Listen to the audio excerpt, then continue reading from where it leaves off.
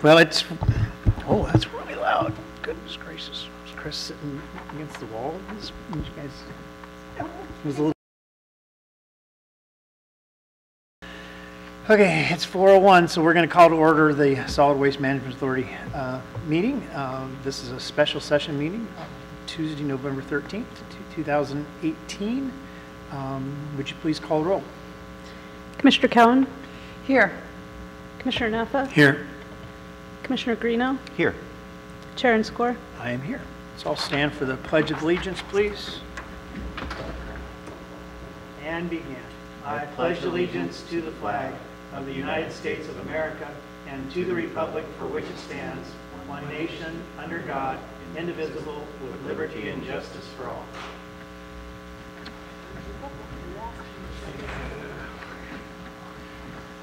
All right. We will open up with public comment. Any member of the public can address the Solid Waste Management Authority on any matter that is on or off our agenda.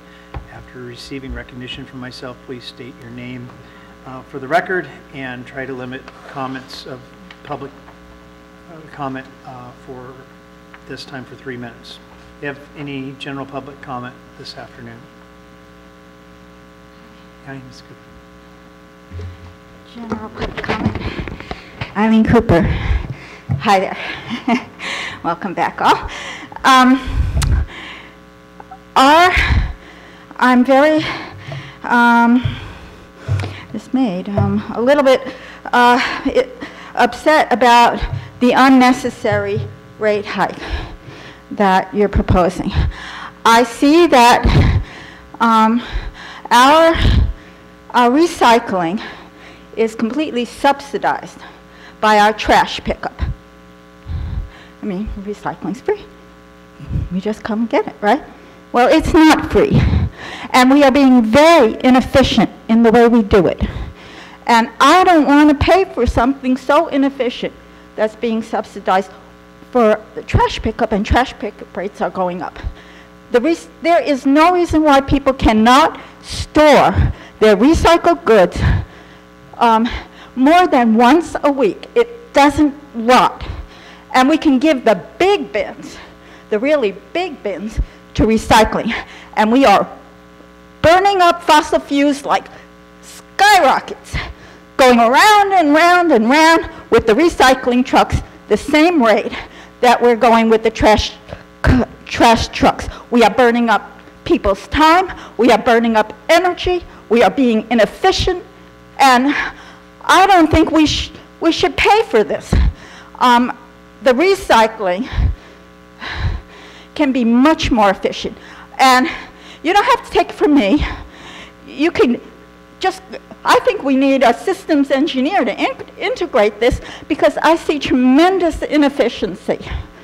And the people who are really dedicated to recycling, they're going to do it whether truck comes by or not, because they know it's the right thing to do. And I for my whole neighborhood, the Birch, well, you don't have to have a recycling truck at all. The center is right there. So there's efficiency number one. And that I just want to, you need a systems engineer, or you need to take it from me. It's inefficient. We don't have to subsidize to this degree. Let's do something with big recycling cans, gigantic recycling cans once a month. It doesn't rot. Let's do it. Thank you. Thank you. All right, any other public comment?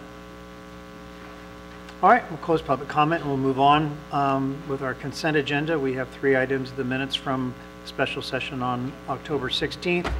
The claim 8309 to North Coast Laboratories for $7,720 and a budget transfer in the amount of $222. I make a motion to approve the consent agenda items 1.1, 1.2, and 1.3. I have a motion. Do I have a second? Second. I have a motion and a second. Any public comment on our consent? All right, seeing none, would you please poll the vote? Commissioner Cowan? Yes. Commissioner Naffa? Yes. Commissioner Greeno? Yes. Chair and Score? Yes. Very good. We'll move on to item number 2, which is our treasury reports, and we'll begin with our director's report for November 2018. Thank you, Chair and Score. So kind of a quiet month, a little bit of a shorter week because of the time between the meetings.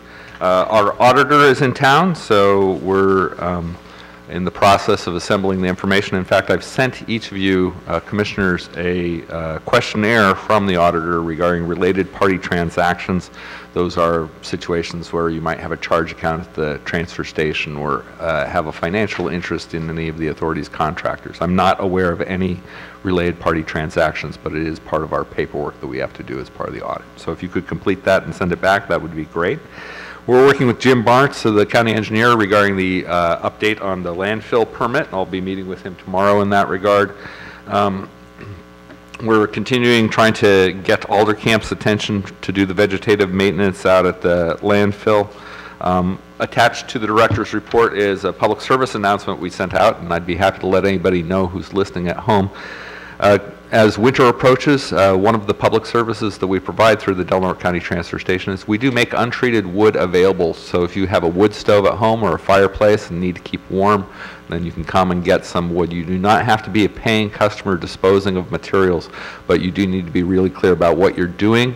And we do allow customers to just come in and get wood for their stoves. It may have nails in it, and you're responsible for your own safety, and we don't allow power tools on site. But we do make that available for no charge. Similarly, if people are interested in bricks or dirt for their yards and they need that, that's also available for no charge. So that was part of our PSAs. I did attend and was a plenary speaker at Waste Not Want Not Conference down in Humboldt County. Other than that, business continues. I'd be happy to move on to financial reports unless there are any questions about the director's report. Any questions? Okay, let's go on with financials then, please. Okay. Cash in the bank is $1.175 million plus the $198,000 for the last month's rent. Regarding claims approved by director, once again, the biggest payment by far was to Hambro WSG for their good services they provided at Del Norte County Transfer Station. Other larger expenses were for auto insurance and for servicing the Klamath and Gasky transfer stations. Regarding our income, October was the third busiest month ever, and the busiest October we've ever had. So business is booming at the Del Norte County Transfer Station. Probably has something to do with, again, us having the lowest facility rates in the region. Also, receipts at the Klamath Transfer Station were up considerably. It appears that the Yurok Housing Authority is doing some work down there. So looking at our authority's revenues, on the whole, we're about $50,000 ahead of what we budgeted for income at this point in time in the year, so that's good. And we do anticipate, as is typical, that revenues will decrease during the winter months. It happens every year. Don't be surprised in coming months if our revenues drop below our annual average for the month. And once again, our revenues for franchise fees are also up. So financially, the authority looks to be in pretty good shape currently. With that, I'd be happy to answer any questions. Okay. Any questions regarding financials? Mr. Ward? Yes. I was just curious why Caltrans is 61 to 90 days behind on one of the payments. It seems like it might have been something overlooked, or? That is a shrewd observation. Usually Caltrans is not behind, but their work tends to be episodic, so they weren't very busy on their account for the last few months, and then this last month they hit it pretty hard. Because they're a state agency, we cut them a little slack, so it is a little unusual, but we do expect to be paid. Okay. We also have a couple that are in the 90. The ones that are over 90 days, you'll notice, have all been referred to collections. They've all been sent to collections, which means that we hope that some portion of that gets collected, but it's out of our hands at that point. Oh, it says, I'm sorry, I was looking at numbers, not, I see where it says. No, I'm glad that you're making that observation, because one of the things I'm really happy of, and it speaks really well to Kathy Brewer's work, is all those zeros. And Yeah. past 31 days, you see mostly zeros, and that's because of her good work. So I was surprised to see those too. So Good. Good job. Okay. Any other questions on financials? All right. Let's move on then to the collections franchise, and we have a single item and item for Okay, so this is a report regarding the status of negotiations between the ad hoc committee and Recology Del Norte representatives. So first, before I get into the bullet points of what we'll be talking about, I wanted to mention that essentially during negotiations, Recology Del Norte repeatedly asserted the following. One, that costs for recycling collections, initial sorting, transfer, transport, processing, and marketing have all increased substantially. The transition from working with Julindra as processor to the current framework has required many improvised interim steps, many of which were also very expensive. Recology has not been compensated for these additional expenses, and the rate adjustments requested only cover a portion of Recology's increased expenses. Recology says that their needs are immediate and rate adjustment is necessary for Recology to secure a location to continue operations as they are. Authority representatives repeatedly asserted the following. Since July 2011, Recology Del Norte has been responsible for collecting, processing, and marketing recyclables collected under the franchise collection agreement. The authority has been accommodating to Recology's need to change processors, has agreed to a reduction in the variety of materials included in Recology's recycling programs, as well as the prohibition of black plastic bags in the recycling stream and the relocation of the community recycling bins from the fairgrounds to the Del Norte County Transfer Station. Changes to the franchise collection agreement based on increased costs for non-recyclable materials in recycling programs should include service changes that have the potential to reduce the quantities of non-recyclable materials in Recology's recycling programs. 4, additional outreach, monitoring, and potential enforcement activities should be included in any changes so customers can be engaged in the effort to reduce contamination. And 5, the extension of the term of the collections franchise agreement should include some kind of tangible community benefit. So with that as the context for negotiations, the ad hoc committee has tentatively agreed that the sequence that we would like to pursue is a series of 2 change orders, each one making rate changes effective as of July 1st, when our normal CPI adjustments would go into effect. The first change order would make rate changes that would go into effect on July 1st, 2019, and we're tentatively suggesting that that first change order would require Recology to provide evidence of a purchase or a lease of property in Del Norte for the transfer of recyclables for processing and marketing outside of Del Norte County through the end of the term of the agreement, that all collection rates would be increased by 6.12% under the current rate structure to address the increase in cost to collect, sort, process, and market recyclable materials. The 20-gallon residential carts would get phased out. The authority would have 4 additional authority-allocated dumpsters to support community cleanup efforts, and this change order would not extend the term of the agreement. Then there would be another change order that would would have effects on rates as of July 1st, 2020, and under that change order, Recology would provide evidence of controlling that property, leased or owned through the extended term of the agreement. The rates would be restructured so that there would be a base rate for any collection service plus additional amounts depending upon the services requested. Under that second change order, there would be additional outreach, monitoring, and possible enforcement to reduce contamination. That there would be acceptance that these rate adjustments would be adequate compensation for any changes in recycling markets through the extended term of the agreement. There would possibly be an adjustment to the percentage due as franchise fees, and there would be an extension of the agreement by 3 years under that second change order. So this is the framework that the ad hoc committee is recommending at this point, but none of this goes into effect unless and until there's a change order drafted, then it's adopted under the normal board procedures. So we do not have that change order in front of you today. You are not agreeing to these things. You are giving direction to staff to draft a change order to be presented at a future meeting. So what we're really talking about is the bullet lists on the far left left-hand side of that screen. And I'd be happy to discuss any of the details of this or discuss options. Yeah, go ahead. So this property that we want them to lease or buy, is that going to be something like the Sonoma plant? Is that the idea, or is this sort of just a sorting facility? Yes, sorting. What they're currently doing at the Okay. old Julindra site would be perfectly adequate to meet this need. All they would have to do is demonstrate that they had a lease through the end of the term of the agreement, and that would be Okay. fine. We're not talking about any significant additional processing in Del Norte County and regarding bottles and cans or anything. We're really just talking about a place to unload the recyclables, pick out the big obvious pieces of trash, reload them onto another truck, and then ship them elsewhere for processing. Okay, thank you. Anything else?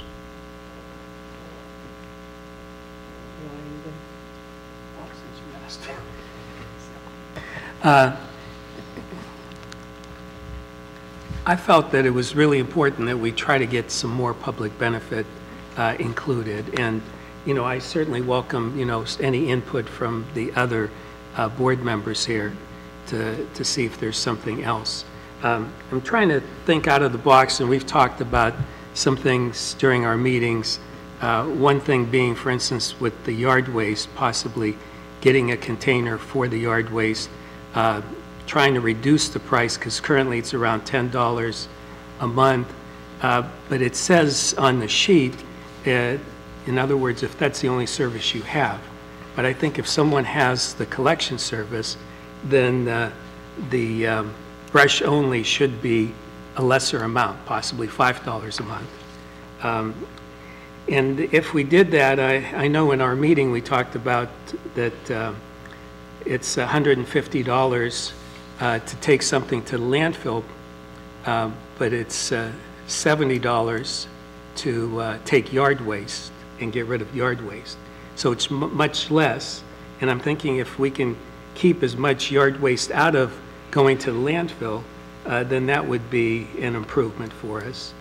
And then also, just because of my teaching, I happened to read a couple of reports from students attending council/supervisor meetings in Humboldt County, and they indicated that Recology was working there to try to try to find some ways to help improve the recycling process over there, which I thought was encouraging. But one of the things that they did talk about was about the trucks, and they felt that it was that the purpose of recycling is to help the whole environment, but at the same time, if you have trucks spending a lot of time going around the pickup, then that can help defeat the purpose of helping out the environment.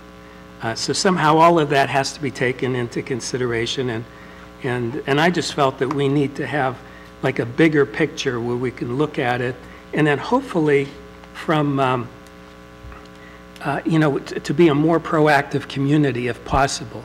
In our authority guiding principles for legislative advocacy, we do mention in there control greenhouse gas emissions, processing and composting of yard debris to reduce generation of methane, application of compost and mulch to increase carbon sequestration on ag lands. And then we also mention authority supports development of pilot programs for rural areas to address resource recovery or solid waste management. And then, of course, we're a little bit of a distance from Eureka, but we are close to Brookings, and I know they're across the line and they have different regulations and so on. But, whether it is to get some kind of a reuse facility, get maybe some processing between the two entities, whatever it is, to think out of the box and utilize this fact of the pilot programs, that maybe we can be more efficient. And if we're more efficient, I mean, I'd like to see Recology do well and do well as a company. And then at the same time, I'd like to see, rates stay as low as possible for us. And at the same time, I'd like to see us be responsible in our recycling and in our diversion, for the state purposes. So anyway, I'm just looking at that big picture and whatever we can do to help efficiency. So, and I'm hoping we can address a little bit more of that. Thank you. Sure. So what I remember from being down in Eureka and talking to the people in Eureka, what they did the big things they did to help was, one, they went to mandatory. Two, they got rid of every site, like we have one at all the different, what do you call those? Community. Community bins. They got rid of- Unstaffed 24-hour. Yeah, they got rid of all the community community bins, they went to mandatory, so they took some drastic measures that this board has been unwilling to take. So that, and they're at 8 to 10%, Jeremy, down there? Eureka, they're at 8 to 10% where we're still at 18 to 25. I mean, that is our biggest issue. And I agree with you, you're doing a fantastic job. People like you are recycling, but unfortunately, most of the people aren't. So it doesn't matter how big of a recycling bin we give them, they're throwing trash in it. Well, it doesn't matter if it's once a week, once a month. People are throwing trash in the recycling. Our recycling is still contaminated. I've sat on this board for 2 years. We're not going anywhere. We're still at 18 to 25. That is our big issue, and I don't know how to change that. I'm just trying to remember what I heard in Eureka and what they did, but our board's unwilling to get rid of those community bins, and that's where our biggest problem is. So until we're ready to take drastic changes to change the recycling habits and be able to do something with our recycling, I don't know what that answer is. All you're going to be doing is sorting more, over at Jalindra. It's not like it's going to all come in clean from now on until we change those habits. So those are the things that Eureka did. They were drastic, and if we're willing to go to that step, I bet you, number one, getting rid of the community bins is going to be a huge, huge change for us.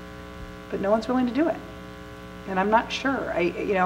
We're working on towards getting another transfer station up in the northern part of our county, and maybe when that happens, people will be more okay with letting go of community bins.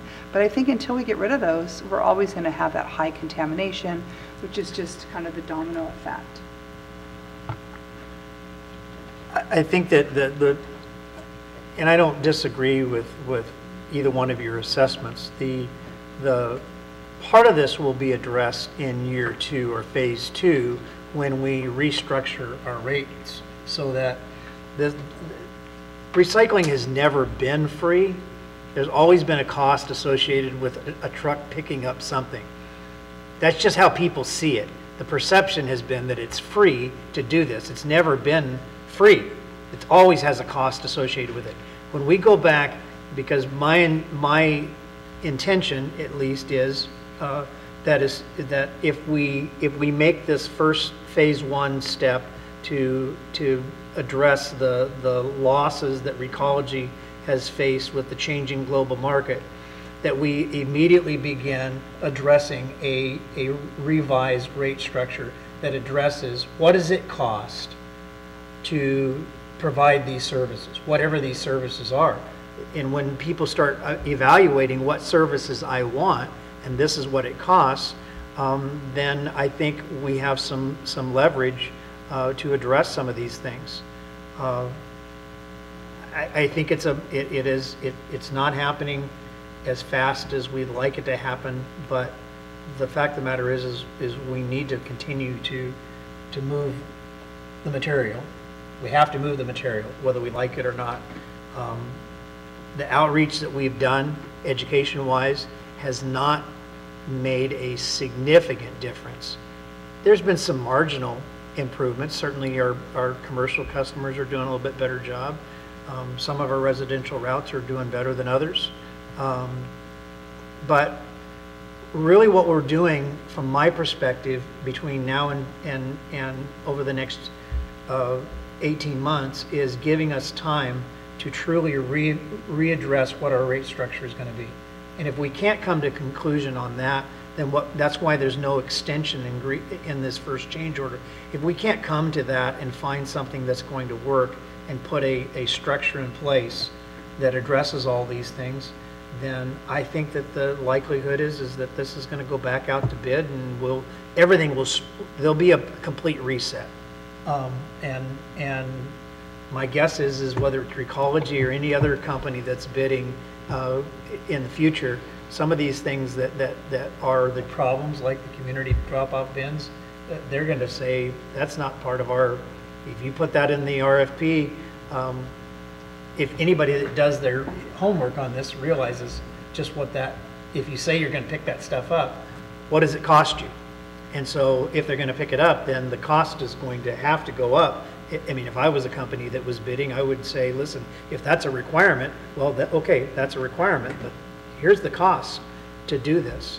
So I feel like we're at least addressing the right now so that we can keep moving towards what I hope is going to be a revised rate structure that truly addresses what does it cost, what should it cost a person to have these services, whatever those services are, and let them choose what services are. I think in your idea about the grass and the green waste is a good one. I think that when we look at some of these structures, maybe that's something we address and simply say, you're a customer already provided 2 services, maybe this 3rd service is something that we lobby for and say, listen, this shouldn't be $10 if you're already paying for 2 other services. I mean, I think we've got to lay everything out on the table when it comes to our rate structure. But we can't do that right this minute. We just got to make sure that we keep working. So that's kind of my perception on it. And I think you brought up a really good point there, which is it's one change order at a time. We get directions, we develop the change order, and even if the board adopts or does not adopt that change order, that doesn't mean anything with regards to the second change order. No. The second change order may have a different board, may have different directions. This is what we're thinking currently. But I need to emphasize, while this is the approach and this is the strategy, and hopefully it has at least some support from the board, these are 2 separate change orders and 2 separate actions, and one does not necessarily require the other. Sure. So you just need direction from us today to say we're good with the far left side, go through and draft? Is that what we're looking for? Yes, Jeremy, please. Can I say something really sarcastic? Yeah. Hello? Okay, Jeremy from Recology. Hey, I wanted to touch on this because, you pointed out a good thing in the conversation. Basically, I like what you're saying, Eli, I really do. However, those actions would be best placed into the second change order. There's a lot more room for negotiations for those types of requests in the second one, and the first one is really crucial for us to be able to get to the second phase. Basically, without the first phase, getting to the second phase would be quite difficult or non-existent. And so that's why it's important to try to get this first part done in order for us to go into the next phase where we can address those concerns of yours and really work together as a team with the community to find resolutions that work best here. So I wanted to point that out, that this first phase is really just all it is. It's to try to help us try to maintain what we're already doing. Phase 2 is going to be, what do we need to restructure to make this community a better place, and how can we take care of the customers and find programs that follow the guidelines we all want to follow. So I just wanted to point that out, that we're not giving up on your ideas. However, I feel they're best suited for phase 2 of this project, where we can sit down and really go, great idea, how can we incorporate that and make that work for all customers at hand? So I just wanted to make that quick notation on that, and if there's any other further questions you can ask. Do you have any questions for Jeremy? No. Okay, thank you guys, appreciate it. And I will just say that while we're looking at this at this first change order in July of 2019, I don't personally feel locked in that we can't do anything until July of 2020. If we double down our efforts and we restructure the rates, and in fact, when we do that, my inkling is there's going to be some customers whose rates might go down because they choose differently what services they have. That if we can get it done before then and work on it, there's no reason we're not tied into July of 2020. If we can go to work and get community buy-in and get some community engagement and work within the constraints of our staff and can bring something back sooner, then I'm certainly all in favor of that. Matter of fact, we may have some framework of that basic framework by the time this first change order actually goes into effect, possibly. You know, you can always hope for the best, right? But I just don't want it to look like, well, we're just pushing this out 2020 and we're not dealing with it. I want us to start doubling down on this immediately. But you have to have sort of a framework of what your schedule is so that you don't promise something you can't deliver. But I don't think it's unrealistic for us to go to work, and by the time this first change order actually takes effect, that we have not established a pretty good framework of what the new rate structure could look like. But that's just my goals and my opinion. We've spent a lot of time on this, and I don't see any reason to lose momentum. And if we can get it done sooner, then I think that's better for all of us. Okay, anything else? Jason, anything? I'd just say in the negotiations, my biggest priority is just the ratepayers. These people are our customers, and we need to give them a good service for a reasonable price. And with costs going up across the state, I mean, our fuel prices are going to continue to go up. I mean, the taxpayers have spoken as far as different propositions have been passed. What? Those have been up for a year, and they're not going to start going up. They're going to continue to go up because it's built into the legislation. But we just need to be thinking about our people, because it affects them, I mean, in their daily lives. I agree. Yes, sir. It should be acknowledged that while Recology is requesting a 6% increase to their rates, it is significantly less than the rate increases that most other communities are facing when they're addressing this issue. I understand Recology is a business. They have to make a profit, granted, but we still have to take care of our people. Sure. Yeah. Well, and this is not a unique to Delaware County problem. This is a global problem. It's a national problem. It's certainly a California problem, given some of the policies of Cal Recycle, and they're trying to sort some of that out. The one advantage I think that we have as being a remote community is that we're probably not on anybody's radar of somebody coming down here and trying to put their thumb on us, because this is an issue across this state of trying to figure out what to do with this. But that doesn't change the fact that we need to be as proactive as we can be. So may I take this discussion to be consensus support for the general direction that's been suggested by the ad hoc committee? Let me get public comment, and then we'll provide you direction. Okay. How about that? Is that okay with everyone? All right, take public comment.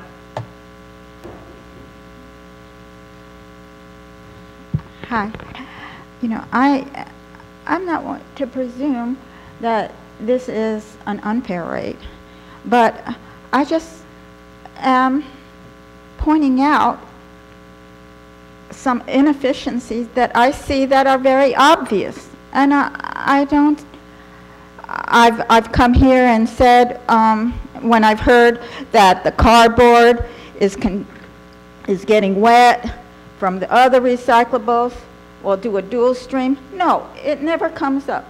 And I asked, well, how filled up are the trash, you know, how filled up are the recycle bins that we have? I mean, the recycle trucks that come around too. And 2/3. Well, you know, that's a big area for improvement. So I'm coming up with these ideas to make it more efficient, but I don't see them getting anywhere. And so when you ask for a rate increase, and I don't see any effort for any of the, and I'm a public member that comes to these meetings. My goodness, I don't know why other people don't come. I mean, I never get anything implemented. So, and it's not like you have to stick to a different regime. You can try something on a temporary basis that's easy to change, like I'm saying, you know. So, voila, Thank you. Thank you, Ms. Cooper. Okay, anything else from the board? Okay, do we have consensus to have staff produce the change order? Remember, that simply means that it will come back on our next agenda for consideration for vote, or not actually voting to make this change at this time. So okay, then I'm going to take a poll of the vote to see whether or not we can give staff direction regarding this first change order as you see for July 1st, 2019, so that we have clarity of what to ask staff to do. Okay, so yes. I was just, at least from my perspective, I know initially we were thinking about doing this, possibly January. But then when we talked about, well, it just makes sense to have it in July. So I don't necessarily see like the urgency that we would have to have this, other than as long as we get consensus that we're on the right track. Because what I'm hoping for is exactly what you said, that we could be working on a lot of these things that we have addressed in the second change order. And then I'm hoping that possibly by July 1st, that we could get a change order that actually encompasses both the restructuring and whatever else. And if it doesn't, then we still come forward with it. Just, I don't see the urgency that we have to do it now. I think if we do it after the beginning of the year sometime, I think that would be sufficient, as we continue to meet.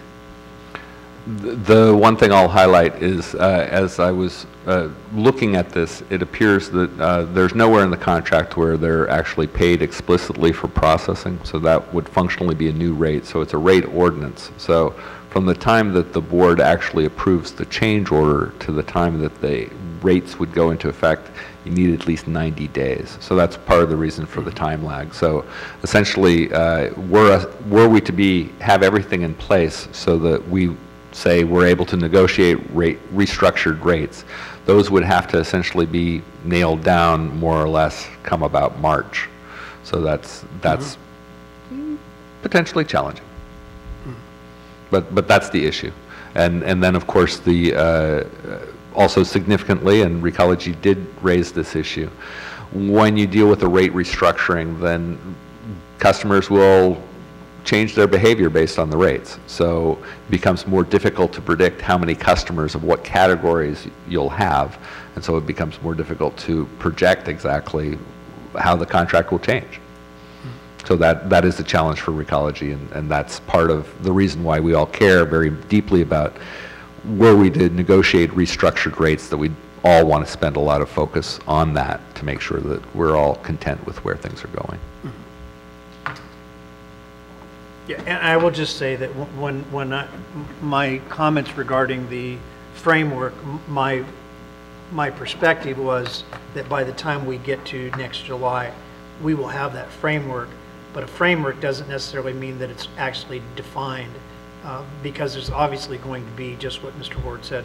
Recology is going to have to do some research with how does this look with actual numbers. If we agree that this is the size of bins that we're going to offer, and this is the services that we're going to offer, and this is how we've quantified what is the value associated with that vehicle stopping at that address to do whatever they're doing.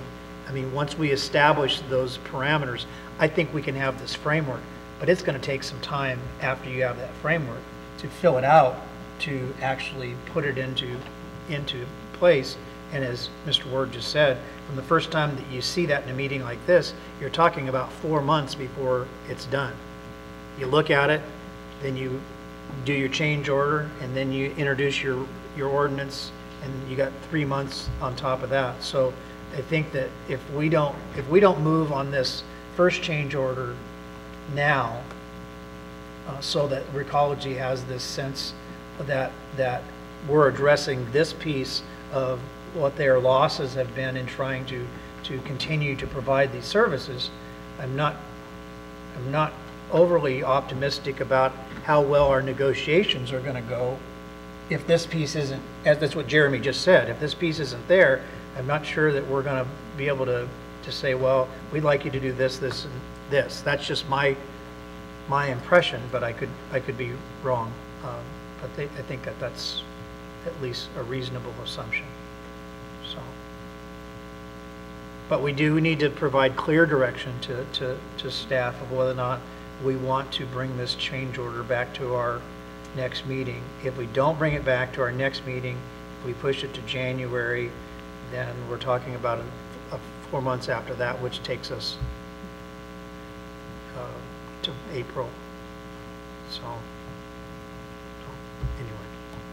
If we had direction, we would be able to move this forward, and depending upon, assuming that we have a similar board or largely the same membership, we would present it to the board in the early part of the coming year. Okay.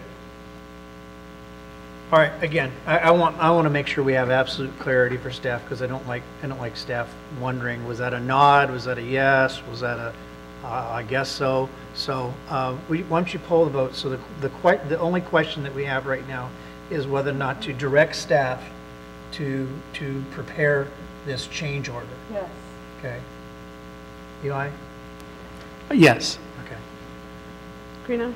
In the interest of conversation, yes. Okay, and I say yes. Okay, so there's your direction. Go ahead and prepare the change order, put it on our December meeting, and then I know that we will have opportunity to weigh in and discuss this again. And again, we're taking steps, and if come next meeting we're not satisfied, then we don't have to take the action, but we can't even have an option of taking the action if we don't get it on the meeting.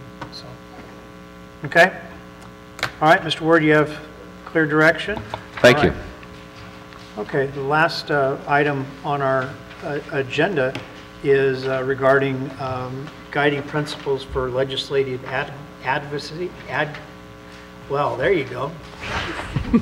Advocacy. There you go. Thank you. You know, I don't know why that's so hard to say, but I'm not trying again. I've made 2 attempts at it. We had discussed this earlier as we were summarizing legislation and advocacy of the last year. And essentially, I asked our colleagues at the Regional Council of Rural Counties what they would recommend about how do you prepare for legislation that may change at the last minute, sometimes several times over a period of weeks. How do we make sure that our board's interests in the rules and laws that we have to abide by, how do we make sure that your voice is heard during those discussions?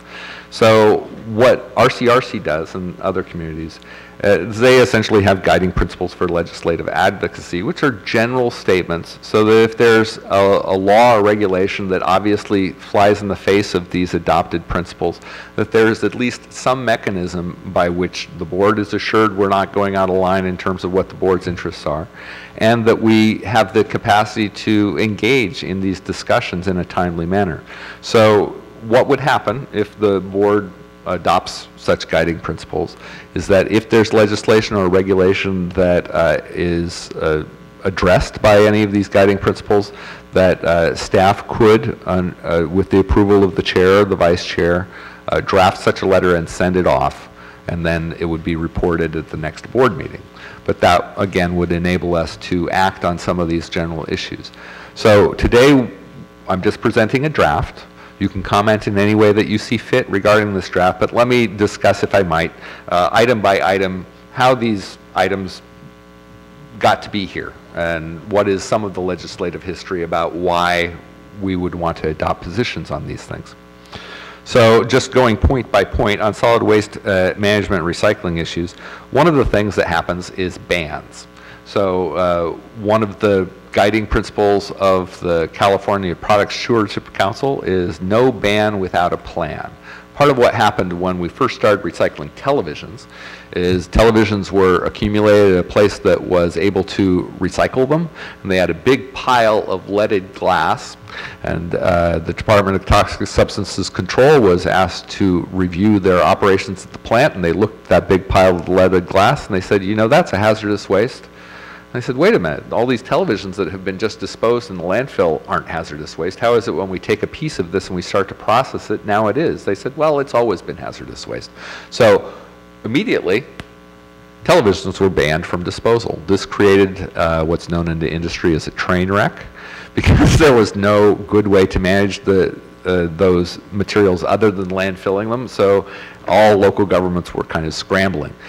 We didn't think that was very good management, in that it was a ban without a plan, and it created problems in itself. We don't mind that management of materials changes, it's just that we need a little time to adjust to those changes rather than just making them by instant fiat. So that's the background of bans. Disposal mandates. As an agency, we've supported extended producer responsibility, but there are also sometimes disposal mandates or prohibitions, such as banning the disposal of yard debris, for instance, is sometimes done in some communities as a way of reducing methane generation. Those kinds of disposal mandates, again, control what can be disposed and what can't, and have the same sort of impacts as bans do. And that generally it's better to plan for new facilities and give a little bit longer time in terms of those transitions. Electronic and universal wastes are now banned from mixed waste disposal, and again, under these principles, we support extended producer responsibility where possible to manage those programs. For extended producer responsibility, generally the authority supports financing and arranging the collection and recycling of products at the end of life, preferably through product take-back by the manufacturers and retailers. The authority expects that every producer responsibility program authorizing daily collection of advanced disposal or recycling fees at the point of purchase provide at least one collection point in each county with daily service supported by those fees. So an example of the problem with this is our mattress recycling program, where there's a fee collected every time you buy a mattress, and yet you can't recycle it every day. Very grateful for Humboldt Moving and Storage, recycling on Wednesdays from 9 a.m. till 1 p.m., but still that's not as convenient as purchase. Financing of solid waste programs. CalRecycle is funded generally through a solid waste tipping fee that they add to landfills. So at this point in time, the authority is actually not paying that because our materials are disposed of in a California landfill, in an Oregon landfill. But CalRecycle generally has been looking at adjusting those fees for some time. So that's the comment on that. Jurisdictional compliance. The authority would generally support program-based criteria for jurisdictional compliance as opposed to numerical justifications. One example of this issue would be the additional yard debris regulations, yard debris and food recycling that urban areas are currently going through. We are hoping those same expectations of programs aren't placed on the rural areas because it's totally different economies of scale, and that would be a very expensive program for us to implement. And along those lines, we have permitting, which is the authority would support tiered solid waste facilities permitting and operating requirements because sometimes small volume facility operations in low density areas do not have the same concerns that larger volume facilities do. Finally, two other issues that the authority might adopt policies on. One is on invasive species, basically saying because of the landfill, it's surrounded by parklands. Occasionally there are invasive species removal activities going on there. And similarly, the board, we do accept invasive species at the Delaware County Transfer Station. So that's also part of how we engage in those programs. Control of greenhouse gas emissions and carbon sequestration. This impacts the authority in a couple ways. One is that when looking at controlling greenhouse gases, one of the things that's looked at very closely is usually methane. And landfills generally are a source of methane. So controlling greenhouse gases and emissions often relates to landfill management. Similarly, applying even a quarter inch of compost on rangelands can sequester carbon for decades. So that's really good news, but it's also a potential demand for compost. So those are two good policies. And then finally, regulatory compliance. Essentially, the authority encourages flexibility for economic economically disadvantaged and rural areas in terms of regulatory compliance. Not that we're trying to avoid the regulations, but that not all areas are created the same, and sometimes rural areas have specific challenges. So that's an overview of the different policies that staff would recommend. This is very similar to the legislative guiding principles of the Regional Council of Rural Counties. That was the template that I modeled this off of. And we can bring this back at a future meeting, probably early next year, for consideration and possible adoption. I wanted to put them before you now in case you had any suggestions or revisions you wanted considered, or if you wanted to tell me, we're not going to do this, no way, no how, don't bring it back. All right, thank you. Input for the director? Well, as much as I appreciate all of the principles and things that you've brought to us, I don't think that ceding our authority is a good idea. I mean, I understand that sometimes things come up and they get to a vote, but I just feel that there's a purpose for us being up here on this credenza, and we should consider almost pretty much everything that is sent out. That's my opinion. Okay. So I thank you for your work, but I don't support this. Yeah, I agree in a sense that, you know, whenever something is possible for us to consider, to definitely bring it forward to us. But I understand, because I worked on some legislation before, and you know, sometimes it just appears so quickly, and you know, you'd have a short opportunity to get your voice out. So in that sense, I think in those cases it would be fine. And of course, you'd report it back to us. And then, Jason, if I see like a trend, or if we see a trend that we dislike, then we can just tell them, you know, stop doing this in these particular areas or whatever. But otherwise, I don't see a problem with it, simply because, you know, sometimes it's just going to be there and gone, and we wouldn't have a chance otherwise to speak, since we're only meeting once a month. Thank you for that. And that's exactly the case, Mr. Naffa. If there was opportunity and time so that we could draft a letter and present it to the board for adoption at a regular meeting, that's absolutely what we would do. This is only for those times when there isn't that response time. I don't have a problem with having in essence, a set of guiding principles. That's very common in most organizations. Political parties have basic planks that they have as basic standard things. I think that the reality is that it is good when we can weigh in on as many things as possible. But the other reality is that many of these issues, it's our staff who truly have the expertise more than we do. And so I think in some ways allowing them to have some freedom to address some of these things in a timely manner makes sense. That's one of the reasons that I did suggest the idea of, if there's a question about a letter being sent, that it probably should be run by the chair before it's just sent independent by staff, so that whoever the chair of this board is, if they look at that and go, yeah, that we should all be talking about that. And I think that's a checks and balances thing, that you put the trust in whoever sits in this chair to say, we should all be weighing in on that we shouldn't just, you know, cede that to staff.